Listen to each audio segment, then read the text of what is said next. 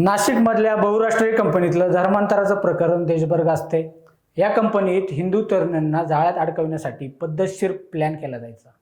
त्यानुसार तरुणींचा brain wash केला जायचा, त्यांना लाडीगोडी लावली जायची, त्यानंतर बरीच आमिष दाखवली जायची आणि लैंगिक शोषण केलं जायचं। शेवटचं टार्गेट धर्मांतर हेच असायचं। त्यानुसार अनेक मुलींना आपल्या कब्जात घेण्याचा उद्योग कंपनीत सुरू होता, पण त्याचा पर्दाफाश झाला आणि सगळंच बिंग फुटलं। या कंपनीत नेमकं काय चालायचं, मुलींचा ब्रेन वॉश कसा केला जायचा, त्यांच्याकडून हवं ते करून घेण्यासाठी कुठली ट्रिक वापरली जायची, हे जाणून घेऊया आजच्या या भागातून। नमस्कार, मी प्रवीण तुमचं सर्वांचं बोलबिंदाच्या या व्हिडिओमध्ये स्वागत करतो। बोंधू बाबा खरातचं लैंगिक शोषणाचं प्रकरण ताजं असतानाच नाशिकमधल्या बहुराष्ट्रीय कंपनीतला लैंगिक अत्याचार आणि धर्मांतर करण्याचा डाव समोर आलाय। या कंपनीत महिलांचा विनयभंग, लैंगिक शोषण असे प्रकार सुरू असल्याचं सांगण्यात येतं।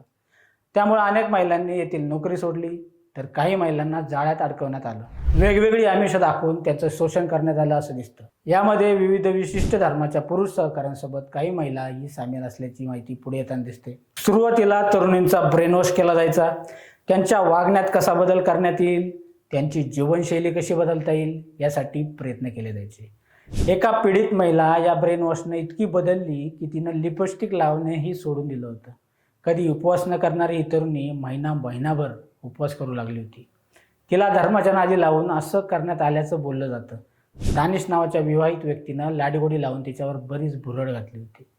हिंदू टीम लीडरनं तिची समजूत काढली होती, पण संशयितांच्या जाळ्यात अडकल्यानं पीडिता काही ऐकण्याच्या मनस्थितीमध्ये नव्हती असं समजतं।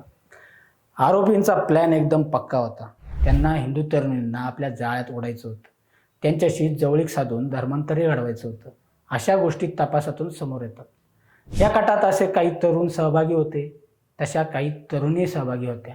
तुला विशिष्ट धर्माचा पोशाख छान दिसेल, एकदा ट्राय तर करून बघ, असं या मुली हिंदू तरुणांच्या मनात भरवत असतात। त्यांना मानसिकरित्या तयार करण्याचा प्रयत्न करायचा। त्यांच्या म्हणण्यानुसार काही हिंदू तरुणी त्यांचं म्हणणं फॉलो करायच्या, तर काही तरुणी याला नकारही दर्शवायच्या।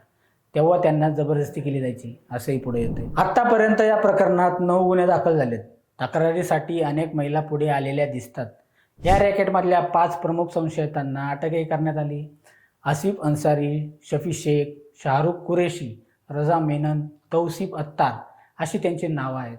या सगळ्यांनी पद्धतशीर कट रचल्याचं तपासात निष्पन्न झालंय।